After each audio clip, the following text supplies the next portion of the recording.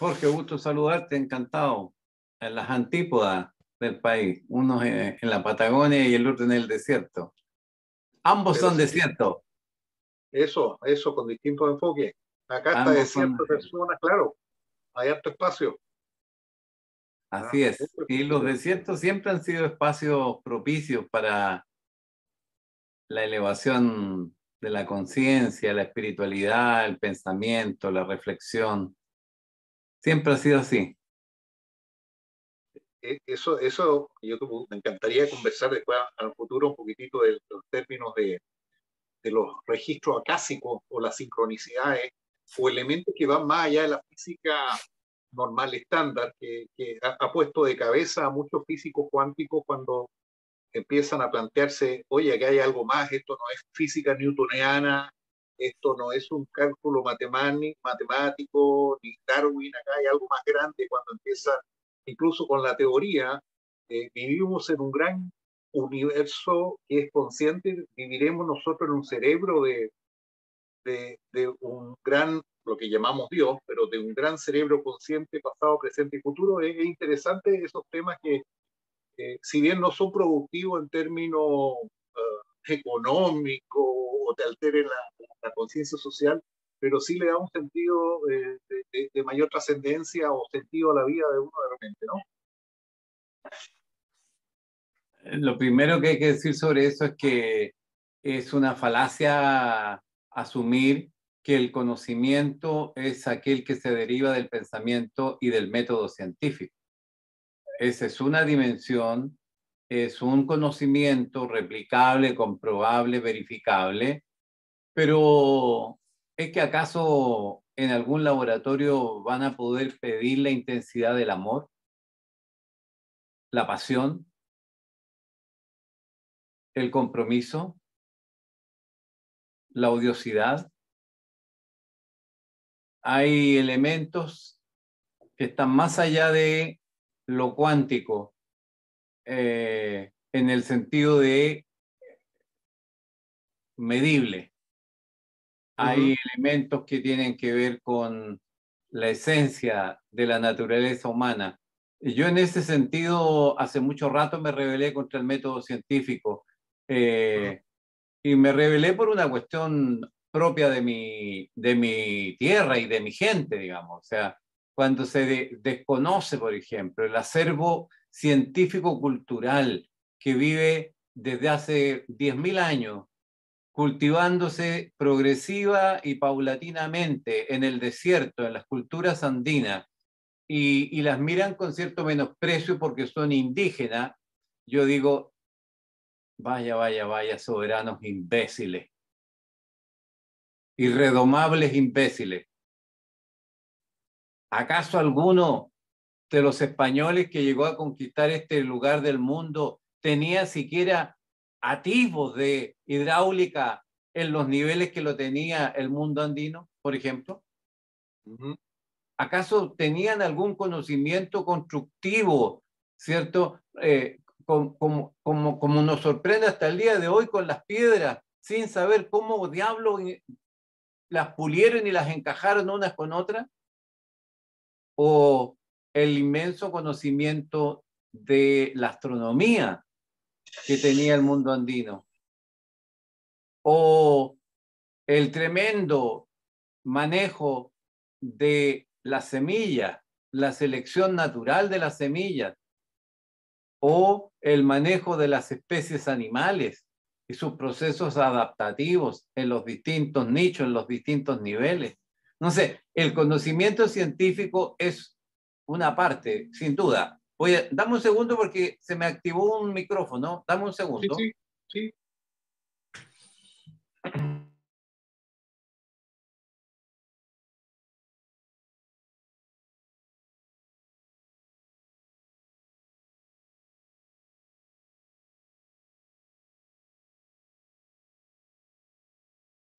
Ya, ahí sí. Entonces, volviendo al tema que tú abrías la reflexión, eh, ¿por qué para mí esto es relevante? Porque el conocimiento tiene distintas dimensiones y nosotros solo reconocemos la dimensión del método científico. Es decir, tiene un elemento filosófico que es el ver para creer. Hay cosas que no se pueden ver. Hay cosas que no se pueden tocar. El arco iris se ve, pero no se toca. No lo vas a encontrar. Entonces, hay algunas dimensiones que en definitiva lo que quiero decir es que el ser humano tiene al menos dos dimensiones claramente reconocibles. Una que es la material y otra que es la espiritual. Y nosotros durante toda la época judeocristiana hemos exacerbado un enfoque muy material y hemos desatendido un enfoque espiritual, aunque parezca un contrasentido, porque la cultura judeo-cristiana, lo judaico primero y lo cristiano después, reclaman un cierto protagonismo espiritual, pero lo cierto es que es exacerbado materialismo con una pequeña dimensión espiritual, muy pequeña, y además una dimensión espiritual sometida a los marcos religiosos, es decir, a los dogmas que establece la fe. Entonces, en realidad, para ser más preciso entonces en el concepto, la espiritualidad vendría a ser el cosmos y la religión vendría a ser un planeta. Eso es en el fondo la proporción que hay hoy día.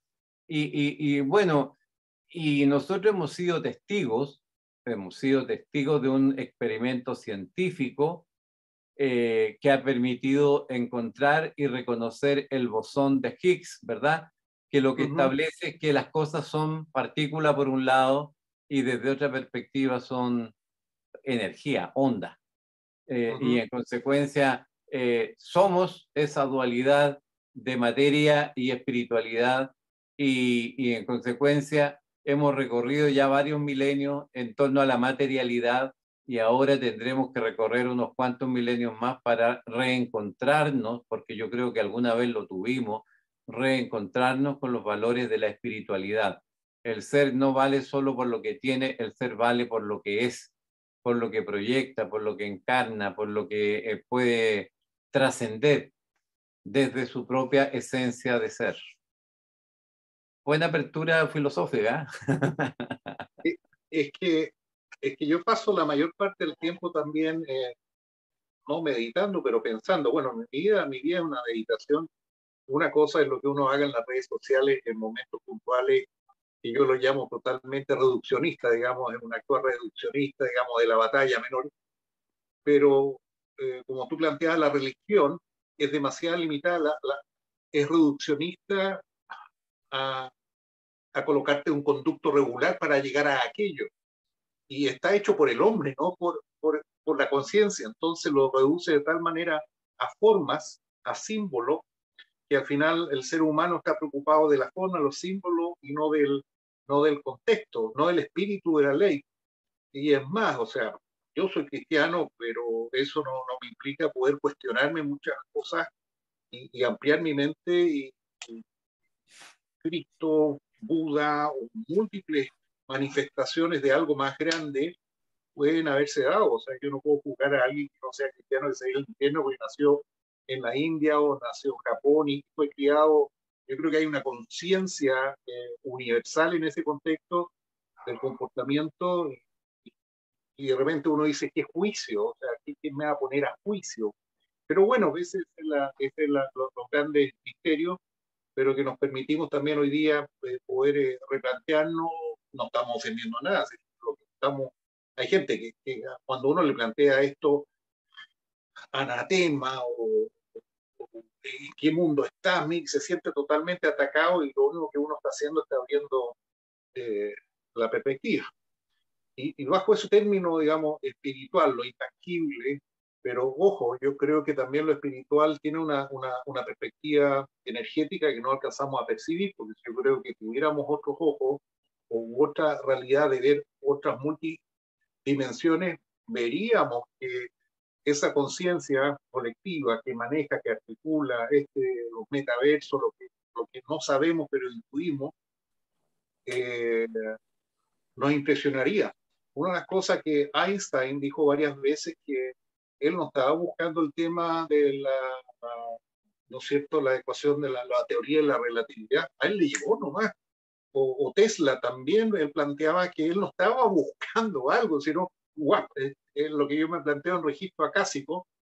Yo creo que a la política le falta esto, ¿verdad? Dejarse de lado un poquito tanto reduccionismo, tanta populachería y tanto tratar de cautivar con promesas, digamos que el día nadie puede prometer nada en un mundo incierto, dedicarse un poquito más a lo espiritual, que no es religioso, sino meditar un poquito por qué estamos acá, cuál, cuál, cuál es la frecuencia para Chile, qué, qué es la nueva estación, qué es el nuevo escenario que podríamos trabajar, un escenario de una visión compartida, porque nunca en Chile se ha trabajado en base a una visión compartida, un futuro compartido en la cual pueda focalizar y concentrar todo nuestro anhelo con las múltiples diferencias que hay. Y eso es preocupante porque en el fondo, más que buscar una visión compartida, respetando todas las visiones ideológicas, hemos simplemente fragmentado nuestra sociedad y, y no tenemos un tejido social, sino tenemos una ruptura de parches hechos, un pantalón, ¿no es cierto?, que es la República, hecho de puros parches que son inconsistentes entre sí. Y, y eso es lo que nos enfrentamos. ¿Qué es lo que va a pasar el lunes? ¿Qué es lo que va a pasar el lunes? ¿Qué es lo que va a pasar? Dale nomás con el enfoque reduccionista, espiritual, como tú quieras también darlo para ver, porque yo veo multisistémico estas cosas, veo siempre en toda materia, trato de mirar ya el tiempo presente, mi experiencia, ya un enfoque sistémico, ¿por qué se gatilló esto? Pero también de repente me abstraigo y trato de mirar biológicamente, ¿por qué está ocurriendo esto en el mundo actualmente? ¿Por qué está ocurriendo en Chile? Y después meta cognitivo, trato de interpretar cómo podría yo interpretar esto en el futuro, si yo fuera un historiador futuro del 2100 mirando a Chile, ¿por qué ocurrió esto? ¿Qué podría haber hecho distinto? Entonces, yo miro la realidad bajo ese múltiple enfoque, entonces no me cierro a una visión. Hoy día sí me cierro, digamos, en términos de rechazo por Chile, uno ve claramente que el otro plano es destructivo, o sea, está deadlock, está encerrado por todos lados, pero eso no quita decir, oye, que uno tiene que asumir de repente estas visiones, no es visiones, estas acciones reduccionistas en pos de una libertad para poder tener ese enfoque sistémico, espiritual de la complejidad y poder meditar el tiempo presente y futuro del Chile o que queremos, que deseamos, o el Chile que tiene mayor potencia, porque son distintos enfoques. El tema es que de lo que partimos hablando, uno puede sacar como común denominador que la sociedad contemporánea y los actores de la sociedad contemporánea, y cuando digo los actores hablo de todos los actores, están sumidos, inmersos en un materialismo exacerbado. Y cuando hablo de materialismo exacerbado, no solo hablo de un materialismo economicista que puede consistir en dinero, sino que hablo desde un materialismo también ideológico, filosófico, y digamos las cosas que se evitan decir, los extremos se tocan, porque por el lado de la derecha el extremo es un materialismo en función del dinero, ¿cierto?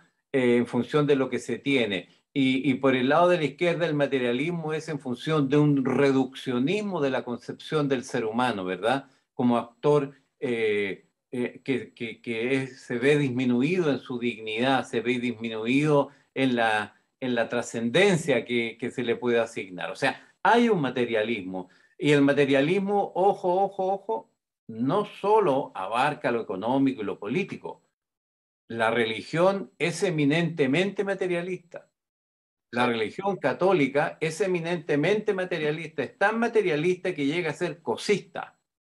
O sea, los libros sagrados, base fundamental del cristianismo, dicen que no se debe adorar ídolos, ni figuras, ni... Bueno, y uno entra en una iglesia y está llena de figuras de yeso a las que hay que rendirle como si fueran entes sagrados.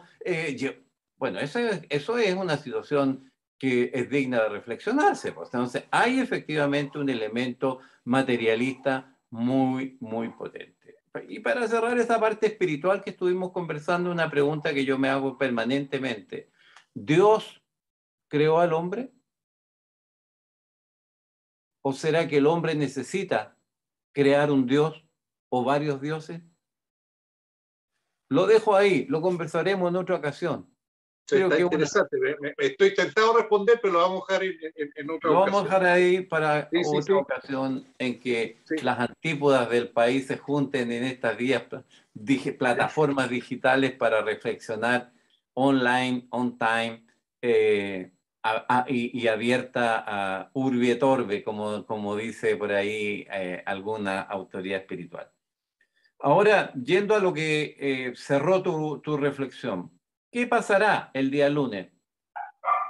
Lo que va a pasar el día lunes es que va a amanecer igual que todos los días, va a salir el sol igual que todos los días, y no va a pasar nada extraordinario. No va a pasar nada extraordinario. Solo habremos tomado conciencia sobre la necesidad de asumir que Chile es uno solo y que los que ganaron no van a darse cuenta bien de lo que ganaron, porque al final van a tener que incorporar a los que perdieron, cualquiera que sean los que ganen. ¿Y por qué? Porque si no hacemos del todo uno y de uno todo, entonces este país está condenado. Y condenaremos a las nuevas generaciones a 50 años, ya llevamos 50 años de dolores, de curadas de cuenta, de permanente repudio unos a otros. Bueno, habremos condenado a nuestros hijos y a nuestros nietos a otros 50 años de odiosidad, de divisionismo, de miopía, de miseria humana, porque en realidad hay momentos en que nosotros como país caemos en la miseria humana. Entonces, ¿qué va a pasar el lunes? No va a pasar nada. Vamos a Ujú. tomar conciencia de que todos tenemos que convertirnos en uno y el que gane va a tener que meter a los perdedores y los que pierdan van a tener que sumarse a los ganadores porque todos vamos a tener que empujar para el mismo lado. Ujú. Y si alguien quiere pasarse de listo, puedo garantizar que esa constitución durará, comillas, menos que un peo en un canasto. ¿Y por qué? Porque los demás se van a rebelar. Entonces, ¿en qué consiste esto? Esto consiste en que tenemos que... ¿Qué le pasó a la concertación? Tenía el 80% del electorado hace un par de meses atrás y hoy día no sabe si tiene el 50%. ¿Y por qué pasa eso? Porque nadie es dueño de los votos, nadie es dueño de la conciencia de los ciudadanos, nadie se puede sentir dueño de la fortuna, nadie. Solo los imbéciles creen que han clavado la rueda de la fortuna. Entonces, lo que hay que asumir es que hay que enfrentar siempre estos procesos con un gran sentido unitario, con un gran sentido de fraternidad y con un gran sentido de respeto mutuo.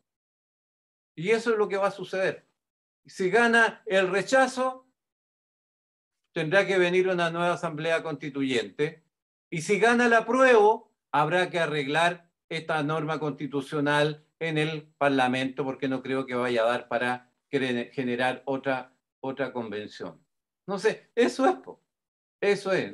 Y no tendría ninguna razón de crearse otra convención, porque ya estaría aprobada la propuesta y ahora habría que simplemente corregir lo que se pueda corregir y asumir los costos de lo que no se quiera corregir, porque hay algunos cabezas calientes que ya anuncian que no van a corregir nada, digamos. Entonces, esa es la realidad. ¿Pues qué es lo que va a pasar? No va a pasar nada. Pues tú vayas a tener que levantarte e irte a trabajar como yo voy a tener que levantarme y ponerme a trabajar y todo Chile va a tener que salir a trabajar porque si no, no come nomás. Pues. Así de simple, esa es la realidad. Y si el gobierno entra en una actitud de soberbia, va a tener problemas. Y si la oposición entra en una actitud de soberbia, también va a tener problemas. ¿Y cuál es el aprendizaje de todo? La derecha va a tener que dejar esa supina estupidez que ha mostrado hasta ahora y empezar dejar de dividirse, de dejar de fracturarse, de fragmentarse, de separar las partes y empezar a construir unidad. Y entender que el país no puede seguir polarizándose. Porque ni Boric representaba realmente la unidad general del país, ni Kast representaba tampoco los grandes sentidos ciudadanos mayoritarios. ¿Y por qué ellos terminaron en la...? Bueno, porque los buenos están fragmentados, divididos. Hay un cuento muy bonito de los ceros y los unos. Los ceros reclaman protagonismo, y siempre quieren poner al uno al final de la cola. Bueno, si hay puros ceros y ponen al uno al final de la cola, ¿qué es lo que hay? Uno nomás. ¿Y por qué lo ponen al final? No, porque este gallo es muy conflictivo, este gallo aquí, este gallo allá. Bueno, pero si usted lo pone al final de la cola y tiene 0, 0, 0, 1, es 1. En cambio, si lo pone en el segundo, eso entonces ya no es 1, es 10. Y si lo pone en la otra, no es 10, es 100. Y si lo pone en la otra, es 1000. Bueno, la derecha lo que ha hecho es exactamente poner siempre al final porque ellos, y no ponen a nadie más. Y ni siquiera a mí, que soy del mismo sector, porque tratan de sacarnos a nosotros porque no somos militantes, no somos guarenes de una cueva en la que se reparten el queso entre ellos. Esa es la verdad. Y eso pasa también en el centro, y eso pasa también en la izquierda, y por eso que al final la izquierda, el centro y la derecha quedaron fuera del esquema, y finalmente fue una izquierda radicalizada, representada por Boris, la que obtuvo la mayoría, y el segundo lugar lo obtuvo ¿quién? Una derecha radicalizada, representada por Kast, que en realidad no son el fiel de la balanza, son lo polar. Y entonces Chile tendrá que decidir si quiere seguir polarizándose o ya es tiempo de que nos vamos al equilibrio, a la prudencia, a la ponderación, al centro. O sea, interpreto, acá hay dos cosas.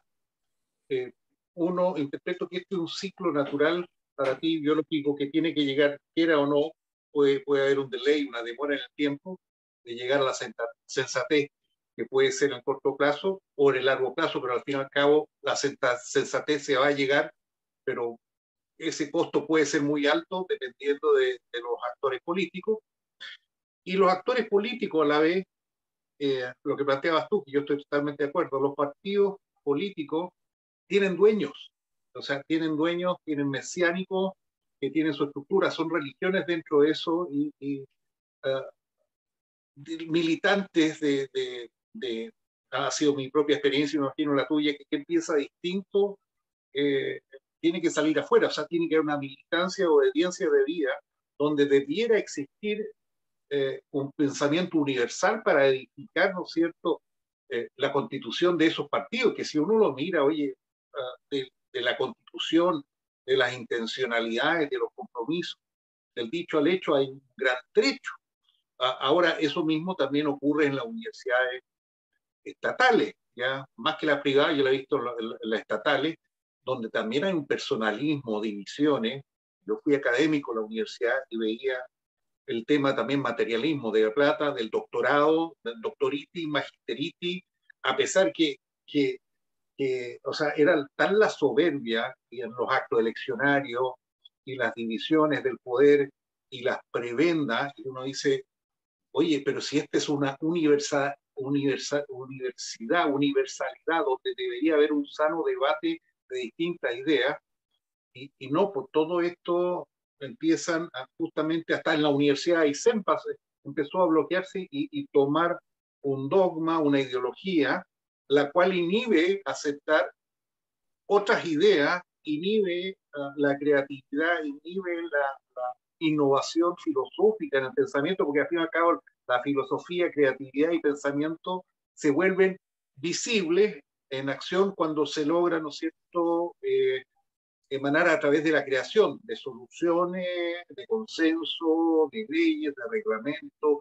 de acciones y de inversiones. O sea, al fin y al cabo, todo acto visible es fruto de un acto reflexivo previo. Las cosas no aparecen, un puente no aparece porque aparece. Esta tecnología no apareció espontáneamente, sino todo el proceso de una reflexión ya de filosofía, de convicción, de conocimiento, tecnología. Entonces, yo estoy muy de acuerdo que yo no sé si se podrá o no cómo cambiar estos partidos políticos, porque siempre está detrás ese materialismo que te planteas tú, que es un egoísmo intrínseco del poder que está plasmado, diría, gran parte de personas egocéntricas, y no solo eso, sino muchos de ellos son narcisistas, son enfermos. Si tú te das cuenta que en fondo de estar metido a veces en la política, tú, tú no tienes que tener autoestima o no, tienes que superar varios caminos. Primero el que dirán, o sea, tú tienes que romper con protocolos para ser tú. Primero dejar de tener vergüenza, ¿ya? Porque tienes que ser una figura pública y tienes que tener cuero duro. Pero allí, en ese cuero duro, que también uno va perdiendo un poquito la sensibilidad, más aún aquellos que son propensos a esa enfermedad de autorreferencia, que hacen un gran daño a lo político. Entonces, ¿cómo evitamos los enfermizos? ¿Cómo evitamos el narcisismo? ¿Cómo evitamos acciones desde que va desde una Carol Cariola, de una Carmen Hertz, desde lo que va de la carrera y otros más que por mucho que tú le avisas antes, están con su visión mesiánica, narcisista, autorreferente, y que tú lo ves que no en ningún momento son capaces de reflexionar qué es lo que están haciendo o de aportar. Para ellos todo es bipolar, o sea, si le dice una idea, inmediatamente la dialéctica para dar vuelta, o sea, no ves un espíritu real de ese uh, amor a la patria, amor al prójimo, amor, sino es un debate permanente que le da sentido a su vida en vez de buscar una, una mesa común, una solución común. Es terrible esto. Bueno, yo decía recién que estábamos con un problema de polarización, ¿verdad? Y yo creo que en general todos están de acuerdo en que Chile está en una tendencia a polarización, tanto así que prácticamente todo el espectro político tradicional hoy día está en el suelo, derruido, ¿verdad? El Partido Socialista debilitado, peleándose con ellos, descolgados en el PPD, la democracia cristiana está fragmentada ya a niveles francamente increíbles, y en la derecha la UDI prácticamente no existe, y RN sobrevive a duras penas con unos liderazgos que son francamente, dejan mucho que desear, por decirlo de la manera elegante y respetuosa. Bueno, si ese es el escenario, entonces, primero, estamos en el culto en general, en la administración pública, en la política y en muchos otros ámbitos, ¿estamos en un culto al mérito o estamos en un culto a la mediocridad? ¿Qué crees tú? ¿Chile prima el sentido del mérito o el sentido de lo mediocre? A ver, más que yo creo, yo estoy convencido y lo he observado. Por ejemplo, tú ves la función pública en los organismos públicos, es una cuestión súper difícil, eh, donde las personas identifican la verdad con yo soy mi puesto. Es decir, tú tienes un puesto, una posición, ¿ya? Y dentro de una misma organización hay divisiones. ¿Por qué me pasaste a llevar? Trabajan para el sumario, para evitar el sumario, trabajan más bien para la Contraloría y evitar riesgos innecesarios y el tema de la lucha del poder, porque detrás de eso también hay otra lucha política. Dentro de una organización pública, tú puedes ver distintos niveles. Pero te eh, estás yendo. La pregunta es más precisa. Te estoy ¿Ya? preguntando si tú crees que en la administración pública prima la excelencia o prima la mediocridad. Es que eso lo te estaba explicando, es mediocridad, por eso te está dando las razones. Prima la mediocridad, Eso. no prima la innovación, no prima la calidad, la mejora continua, y te estaba dando la explicación, en el fondo a lo mejor me fui, y trabajan para la Contraloría. O sea, cuando tú trabajas para evitar, que es otro tema que quiero conversar contigo a futuro, el tema de la Contraloría, eh, una modernización, digamos, de ella con el concepto clásico, filosófico y razón de ser, pero es efectivamente la mediocridad. Pero preguntémonos por qué existe la mediocridad en la función pública, por qué existe el mínimo esfuerzo, no existe la segunda milla. Veámoslo estructuralmente, lo que me salté rápido y me puse a analizar. ¿Por qué existe la mediocridad en la función pública, en los cargos públicos, y ve gente mediocre, aparte de ganar mucho, ¿ya? Y que tienen poder e influencia de no dejar ascender a otro, y hay una complacencia, y hay son redes de poder, son son verdaderas sectas, sectas que se reúnen los fines de semana, que se apoyan entre ellos, se tapan los... ¿Por qué existe eso? Bueno, entonces la pregunta era, ¿hay excelencia en la gestión o hay mediocridad? Mediocridad. Y decimos que hay mediocridad. Y entonces la segunda cuestión que responde también la pregunta que tú te hacías, ¿hay valoración realmente por el mérito para tener movilidad en la administración y en los cargos? ¿O en realidad todo es compadrazgo, todo es amiguismo, todo es arregline permanente? Es decir, en otras palabras, estamos frente a una administración pública y privada que valora el mérito, la excelencia, o que en realidad promueve y estimula otras fórmulas. Yo tengo clara convicción de que en general lo que hay es un culto a la mediocridad y es el culto al compadrazgo, a las redes de apoyo, a los arreglines.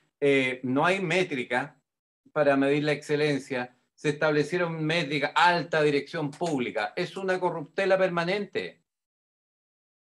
Cumplimiento de metas. Las metas son más falsas que no voy a decir qué para que no echemos a perder la reunión.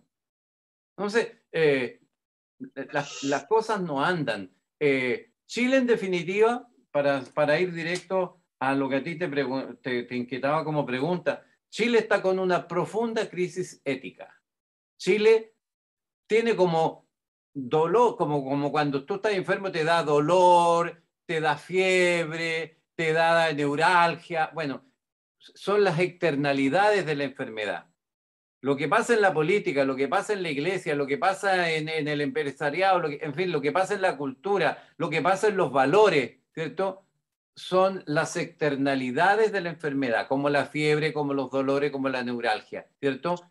Pero en realidad la enfermedad propiamente tal es la falta de claros principios y valores éticos que se fueron al tacho. ¿Y por qué? Porque ya lo hemos dicho en otras reuniones antes, porque la gente en realidad dice que las ideas son para los fomes, po, para la gente torpe, po.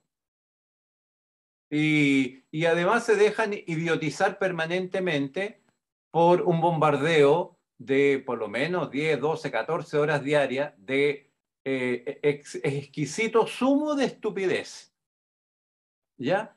Concentrado de idiotez televisiva. Bueno, y en ese escenario, no nos sorprendamos de que la gente reacciona con cierto grado de estupidez, po, bueno. ¿Y por qué? Bueno, los teóricos le llaman a eso la sociedad de masa. Imagínate que la sociedad de masa empezó a hablarse de eso en el siglo XVIII, compadre, siglo XVIII. Imagínate después cuando vinieron los cambios radicales con la radio, con los diarios, con la televisión y ahora con las redes sociales y con los fake news, con la posverdad. Entonces estamos en una sociedad muy compleja donde el mérito, la excelencia, son cuestiones complejas porque en realidad la gente se mueve en un entorno muy mediocre, donde el valor supremo no es la dignidad, no es la excelencia, no es el mérito, sino que es cuánto genera este gallo, cuánto compra este gallo, cuánto puede pagar esta persona. Y eso es, pues, entonces, resumen, estamos en un proceso de degradación de la dignidad de la persona humana, y ese proceso de degradación de la dignidad de la persona humana es la ruptura, la fragmentación de los límites de la ética, que en definitiva son los principios y valores. Mira, dos cosas. Yo he escuchado muchos testimonios directos de gente afectada, doctores, enfermeros, en fin, que han venido, ¿no es cierto?, a ICENI con especialidades y empiezan a trabajar con una pasión tremenda y empiezan a ser acosados en forma indirecta, ¿ya? Porque empiezan a plantearle tranquilo, tranquilo, no nos muevas el barco, ¿ya? Estamos con la mierda hasta el cuello, pero déjalo ahí, deja tranquilo, no te mueven y empiezan a hacer la vida imposible y al final se van. Donde tenemos enfermeras universitarias que tienen un poder más que un doctor, donde hay relaciones ya entre doctor y enfermera, donde se manejan las redes de contratación solo a familiares. Es una cuestión espantosa. Si eso ocurre en salud, ya ocurre en todo ámbito y nadie hace nada porque todos tienen tejado de vidrio y lo entienden, lo comprenden. La otra vez, fíjate, yo hice una denuncia a la Contraloría General de la República, me respondió una estupidez y yo directamente en las redes sociales, pero critiqué abiertamente, me llamó el director regional, ya o sea, el contralor de la región, eh, y me dijo que me encontraba toda la razón, pero habían hecho que ya no podían hacer nada porque eh, los hechos habían acaecido más de 5 años atrás, ellos lo habían corroborado, pero que eran 5 años. Te explico una situación de una sociedad de médicos, de médicos, ¿ah? Dando atención de cómo se llama toda esta cuestión de scan y eso al mismo hospital donde ellos mismos trabajan. ¿Ya? No sé si me entiendes, aquí en la región del CEC. Y nadie se atreve a hacer nada. Yo no recibí una demanda de nada, denuncia, porque déjalo tranquilo. O sea, en una comunidad que es tan pequeña, todos se conocen sus tejados de vidrio. Entonces, no me hagáis olitas, compadre, bueno, déjame tranquilo, siempre ha sido así. ¿Ya? Entonces, el punto es ese. La ética, tú sabes que la ética y la moral tienen un valor económico también. También tiene un valor económico, tiene un valor de gestión, porque al carecer un sistema, la ética son los límites, ¿no es cierto?, de nuestra acción y nuestra conducción. Cuando lo traspasamos esos límites, estamos generando una pésima gestión donde los objetivos no se cumplen, los parámetros no se cumplen, las lucas se desvanecen y tiene un valor económico. ¿Ya? Entonces, esto no es intangibilidad, no es tanta palabrería, sino la carencia ética, la carencia moral, la carencia de principio, la carencia de cultura del servicio próximo, tiene un valor tremendo porque de $1 millón, probablemente $800.000 se pierden y apenas alcanza a cumplir las necesidades, ¿no es cierto?, de pequeños segmentos ya de la comunidad, que primero son los que más gritan lo atienden, y segundo, a los más familiares, porque también las prioridades de la atención se va dando dentro de las redes políticas. Entonces, para mí el principio de ética y moral tiene un valor económico, no es intangible, es real. Volvemos al comienzo de la conversación. Hemos dicho que la gran crisis, la gran causa basal es un profundo materialismo. Primera idea. Segunda idea, que por sobre la excelencia lo que prima en verdad es la mediocridad, materialismo, mediocridad. Y luego hemos dicho que en realidad no hay una gestión ni un compromiso eh, por el bien común. De ahí aparece un elemento adicional, ¿verdad? Ah, o sea, hay bien común. Se supone que en esta institucionalidad hay un bien privado y un bien público. Y los bienes públicos tienen que ver con la educación, con la salud. Fundamentalmente hay otros tantos más, la seguridad, la defensa del país, etcétera, etcétera. ¿Qué es lo que ha ocurrido? Lo que ha ocurrido es que se ha privatizado todo y sigue privatizándose todo, está inmerso dentro del sistema. Entonces, no ha habido suficiente ética para distinguir entre los bienes públicos cuya naturaleza es servir a lo público, a la gente, con plata pública, manejada eficientemente en forma inteligente. No sé, ¿qué es lo que tú describes? Lo que tú describes, donde pongan la mirada se va a dar. Donde pongan la mirada, incluido lo que uno no se imagina. Porque, claro, tú dices, en la salud hay grupos de médicos arreglándose para que la gente, en vez de atenderse en el sector público, se atienda en el sector privado, ¿cierto? Para que en vez de cumplir una jornada de 4, 6, 8 horas, en realidad están 2 horas y el resto del tiempo desaparecen y están en su consulta. O sea, increíble. Eso es cierto, sí, es cierto. Y es verdad. Pero ¿acaso no se está dando también en materia de orden? ¿Acaso no se está teniendo que privatizar el orden y la gente tiene que contratar seguridad? ¿Acaso no se está dando en la educación? Si tú quieres que tu hijo sea realmente un alumno destacado, hay que ponerle clases adicionales, hay que comprarle software específico. ¿No se da también en la educación? ¿No se da también en el ámbito? Podría ponerte muchos ejemplos, muchos ejemplos.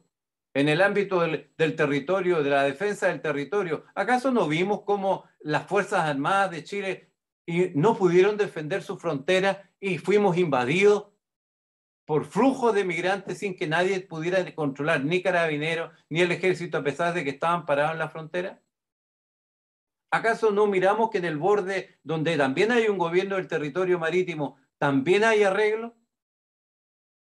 Y entonces, el tema de los prácticos, el tema de... Hay un montón de cosas donde hay en definitiva abusos. ¿Y por qué? Porque la ética no está imperando con toda su fuerza, con toda su energía, con toda la transparencia.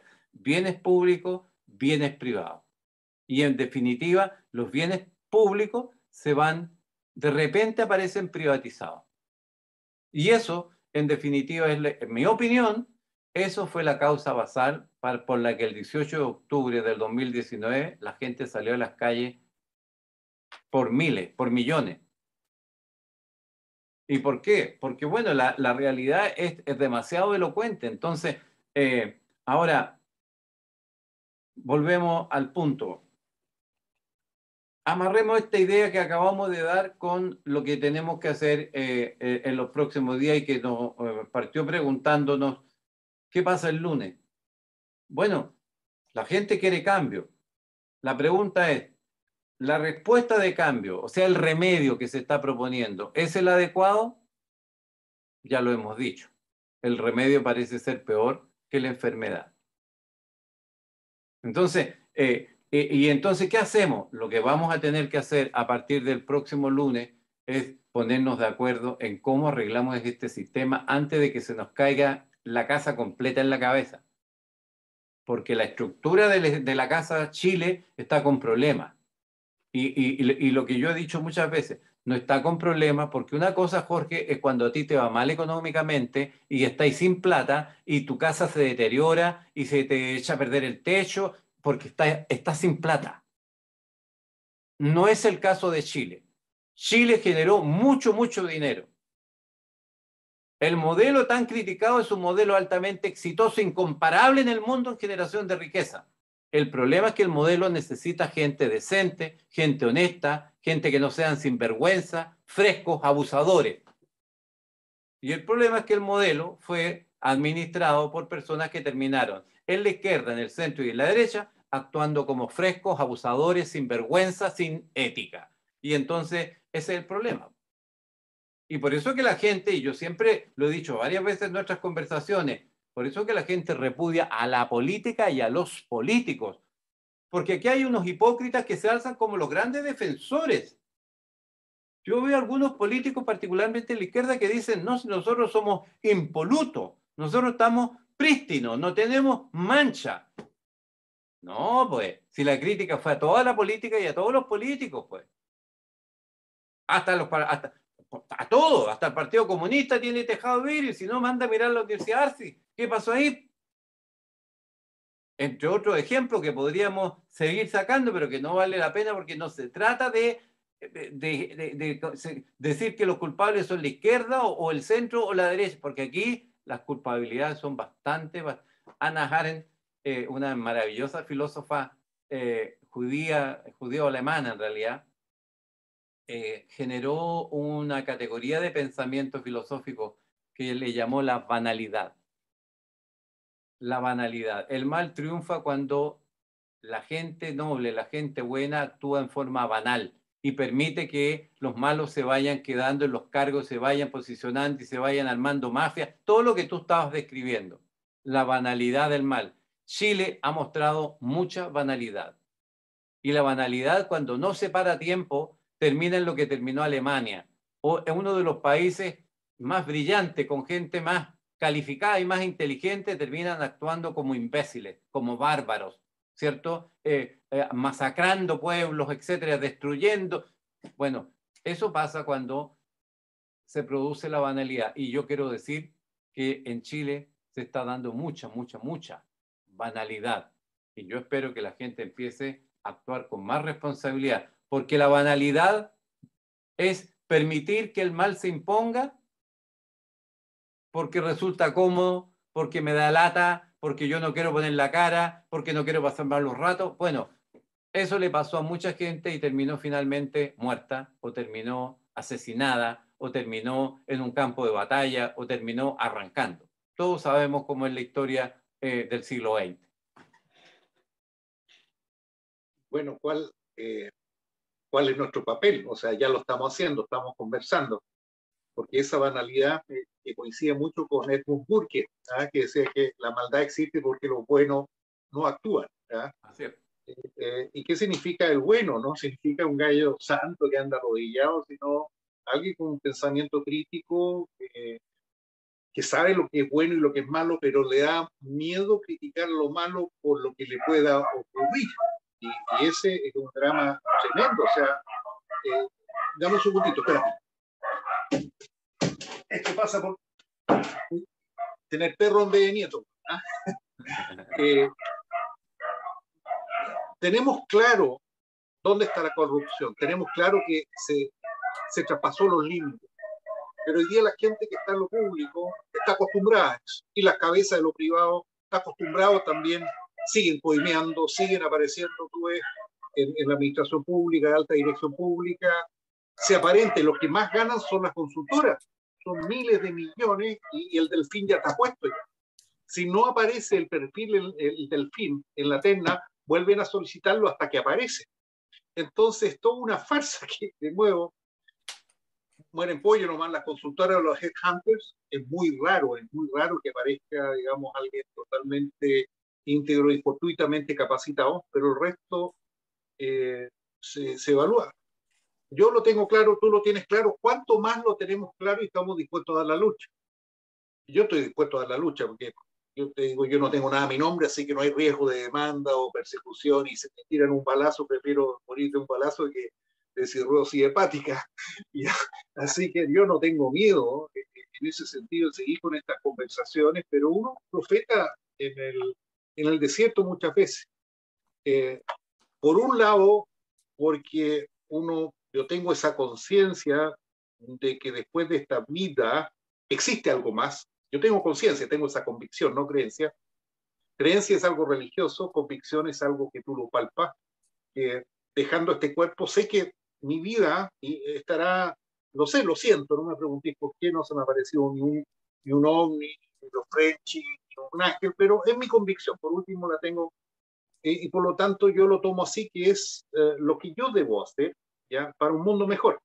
Tú también lo tienes bajo esa espiritualidad, profundidad de ciclo, en fin, de múltiples cosas que más adelante podemos conversar. Pero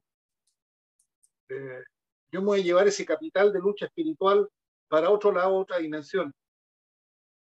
Pero me gustaría preguntarme cómo podemos hacerlo para que no solo nos impacte a nosotros, nuestro propio crecimiento espiritual, de valentía, de honor, de gloria, de que escriban de alguno u otro de los que escribieron tus libros, que son salvajes, pero cómo podemos impactar realmente en el acto de esta organización corruptela, ¿ya? ¿Cómo podemos intervenirla o cómo podemos despertar a la gente a su conciencia, a la ética, a esto, que los mismos que estén escuchando ahora decir, oye, me describieron a mí, me describieron mi organización, ¿cómo lo saben? Y resulta que cómo lo saben está ocurriendo en todos lados, ¿ya? Y la ética, digamos, en lo privado, que también hay mucha corrupción acá, en lo privado, en la salmonicultura, en la industria. Yo, fíjate, fui a hablar con un representante de un grupo de salmoneras. Yo le dije, oye, se supone que estamos en libre mercado, competitividad y todo esto. Acá hay corrupción, soy testigo de la corrupción, lo he visto. Cuando un gallo que le dan un contrato, pero siempre y cuando al gerente de operaciones le pasen 2 millones al mes. Y son 2 millones, el gallo me ha dicho, he pagado 200 millones en 10 años. Estoy trabajando para... Y nadie hace nada. Y cuando lo echan, se llevan a todo su equipo a otras salmoneras. Y así, o sea, te das cuenta que si los dueños supieran que un 10, un 15% de las utilidades se les van en corrupción, ¿ya? Y está siendo asimétrico porque realmente la gente que se esfuerza por salir adelante no tiene opción. Y viene este bruto y me dice, oye, pues si en la minera, yo vengo a la minera, bueno, la minera también corre, conmigo, no trate de cambiar el mundo. Entonces, cuando te dan esa respuesta, un representante de cierto sector de salmonicultura, o sea, ¿qué onda? Eh, ¿Qué onda? O sea, el libre mercado, la competitividad se da, se supone que en un aspecto de transparencia. Cuando el mercado Chile compra, cuando el alcalde o la autoridad tiene prefijado ya quién le va a proveer, ¿ya? Y tiene prefijado toda la situación, sea buena o mala, pero no le sale su proveedor, la declara nulo y vuelve de nuevo. O sea, esto en pequeña escala y en gran escala. ¿Cómo cambiamos eso? O estamos siendo, digamos, definitivamente unos utópicos de un mundo mejor? ¿O tenemos que intentar bajar un poquito más para que alcance un poquito más de esa plata pública a la gente más desposeída? Porque está claro que el pecado humano, como dices tú, que lo digo yo, no lo dijiste tú, pero el pecado humano, que es la codicia, que es el materialismo, que es la falta de ética, la moralidad, ¿cómo podemos influenciar eso? ¿Cómo podemos hacer un llamamiento tan profundo que la gente reaccione y diga, sí, compadre, estoy metido en, en esta cuestión, en esta vorágine, pero despertar a varios para que reaccionen? No lo sé, no tengo respuesta. La respuesta es muy simple, es que extremadamente simple. Uno tiene que ser coherente y consecuente con lo que piensa y tiene que pedirle a los demás que sean coherentes y consecuentes. Cuando la ciudadanía deje de elegir idiotas y sinvergüenza, la gestión pública va a ser con excelencia y con gente inteligente. Y mientras los ciudadanos se comporten como idiotas y eligen idiotas y sinvergüenza, tendremos una administración pública y un país que va a ir de mal en peor y vamos a entregarle a nuestros hijos y a nuestros nietos un país miserable. Entonces, es re simple. No hay que complicarse. La gente construye su propio destino. Y hay muchos que han votado por idiotas y el Parlamento ha estado lleno de gente muy incompetente y la Convención Constituyente pasó exactamente lo mismo.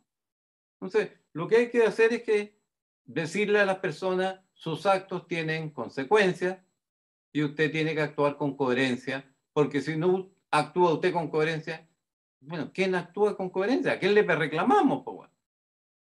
Pero nosotros vivimos criticando de que la administración pública está con gente incompetente, con gente que no cumple principios éticos o con gente que es corrupta definitivamente.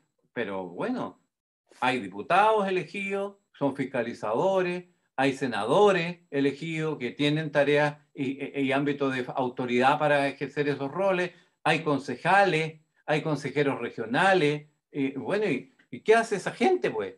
Si a todos les pagan unos suculentos sueldos, y me imagino que entonces, ¿de qué depende lo que a ti te preocupa, lo que a mí me preocupa, lo que preocupa a toda la gente cuerda, noble de este país? Bueno, depende de lo que hagan los demás, pues. Depende de lo que hagamos todos nosotros. Pero si seguimos pensando que nuestros actos no tienen consecuencias y que son otros los llamados a actuar con seriedad y con responsabilidad y a valorar el mérito, bueno, estamos mal. Ahora, hay un segmento de un 10-15% que vive esperando el pituto, el compadrazgo, y arriba también hay una menor fracción de un 7 o 8% de tipos que viven en la corruptela, que en fin, yo doy coima para allá, coima para acá y me quedo con los contratos y después al final castigo a los trabajadores y se acabó el problema. Hay obviamente esa gente, pero depende de nosotros cambiar esa cuestión. ¿Y quiénes somos nosotros?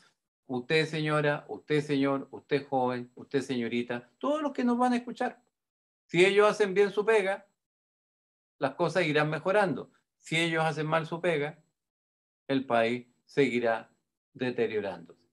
Y hagamos voto para que el país avance por una senda de progreso y desarrollo, donde avance el mérito, avance el compromiso con la excelencia, avance la probidad, pero eso no es cuestión de la divina providencia, ni de la bendición de Dios, ni de que los ángeles, no sé qué. No, no, no. Eso depende de la señora y del señor, del joven y la señorita que están escuchando y que son los que van a tener que tomar decisiones. Y que tomen buenas decisiones. Y en esas decisiones nos encontraremos para seguir empujando el progreso y el desarrollo de este país, que es el único que tenemos y que queremos que sea cada día mejor y que ojalá los chilenos estemos cada día más unidos, más hermanados y que pongamos fin a 50 años, 5 décadas, medio siglo de odio, de división, de dolores, de reproche. Yo no deseo entregarle eso a las nuevas generaciones. Salvaje. Tú conoces mejor la frase que yo, no sé quién la acuñó, digamos, los países tienen lo que se merecen, ¿no? Así es. Eso es. Y tenemos gente mucho más profesionales, mucho más técnicos, mejor educación que 50 años atrás, que 40, que 30 años atrás. Y como dices tú, bueno, que haya discernimiento, el caballero, la señora, que piense, que se atreva a pensar y dejen de ser manada, ¿ya? Dejen de ser manada. Oye, tenemos tanto que conversar. Que Hay un así tema sea, que así ¿ah? sea. Sí, oye, el transhumanismo es un tema, pero que a mí me fascinó. Y ya somos transhumanistas, lo quieras o no. Yo que me estoy confeccionando una mano biónica que va a tener, ¿no es cierto?, mecanismos inmediatos, digamos, con sensores, o cuando uno tiene, ¿cómo se llama?, estos marcapasos, o hay injertos, digamos, ya en el cerebro para escuchar y hay personas que pueden ver, digamos, son ciegas, pero le conectan cámaras que pueden distinguir entre sombras. Y hay gente que se está espantando mucho frente al transhumanismo y lo ve como una imposible. Y el solo hecho, el manejar el celular, ya estamos, somos hombre máquina, ya estamos, está insertado. Entonces es un tema súper interesante que también hay que considerarlo en la nueva constituyente. Tú escribiste un libro y siempre de lo digital, ¿no es cierto?, de las comunicaciones, y eso me interesa profundizar bastante porque eso puede entregar señales bastante amplias dentro del concepto, nuevamente, ética y moral. Todo se puede hacer, pero siempre en un contexto ético y moral. Así es. Y la gente puede encontrar mis libros en Amazon, ¿eh? Están allí disponibles. Y no tengo uno, tengo varios en realidad. A ver, Sí, sí, te voy a mostrar para que la gente amiga pueda echarle una miradita. Déjame ver cómo cierro esto. eso me interesa después en siguientes reuniones que vayamos escribiendo cada libro, cada resumen. Pero ¿Ya? estás inhabilitado, tienes que darme el uso de la pantalla, si es que puedes. A ver cómo se hace. Estamos un segundito, participante, Carlos Cantero, pero tengo que dejarlo te tengo que hacer anfitrión. Sí. Y ahí está, de anfitrión. Ahí está, creo que puedes hacerlo. A ver, veamos ahora. Ahí está. Te voy a mostrar. A ver Wow. ahí. ¿Estás viendo? Sí, sí. Ahí están mis libros, los últimos, ¿ah? Ahí Ajá. están mis últimos libros. Este que se llama El poder y las nuevas tecnologías, no se alcanza a ver porque se ve harto mal a la imagen. A ver si la voy a... No, Bueno, se ve bien, se ve bien. El problema es que no ando con bueno, anteojos, pero se ve bien. es de la editorial Erasmus. La editorial Erasmus es la editorial de la Unión Europea, las universidades de la Unión Europea. Ellos cobijaron este libro. La que está al lado, Cantero, Sociedad Digital, Razón y Emoción, con el prólogo de Lluís Pastor, es de la Universidad UOC, ahí dice UOC, Universidad Oberta de Cataluña. O sea, mis libros están prácticamente editados en Europa. Luego está este de Gestión del Conocimiento, la experiencia de Finlandia, que es un libro maravilloso para los profesores, para la gente que quiere modernizar sus organizaciones. Esto es para hacer 1000 seminarios, es una maravilla el Ajá. libro, pero que en Chile la han leído 10 personas con suerte. Y después tengo este otro que es Laicismo y Democracia, donde hablo sobre los temas políticos, pero con estatura, con altura, con una mirada completamente nueva. Y el libro Sociedad Digital, que es un libro que es muy interesante porque está lleno de láminas y explica muy simple todo lo que hemos estado conversando. Va en la segunda o tercera edición ya. Está traducido al portugués, en fin, ha tenido mucho éxito. Y este es mi último libro, que es una crítica al gobierno pasado, Crónicas de un fracaso anunciado, porque prácticamente todos los disparates, todas las tonteras, todos los errores que se cometieron se fueron anunciando con un año y medio de anticipación. Va a pasar tal cosa, va a pasar tal cosa, pero la gente porfiada no hace caso y sigue metiendo las patas hasta que le cae la teja nomás con la cabeza, como le cayó. Entonces, ¿y dónde se pueden conseguir estos libros? Estos libros hay que entrar a Amazon. En Amazon dice libros, y donde dice libros se hace clic y se pone Carlos Cantero. Y aparecen todos mis libros y se pueden bajar directamente al computador.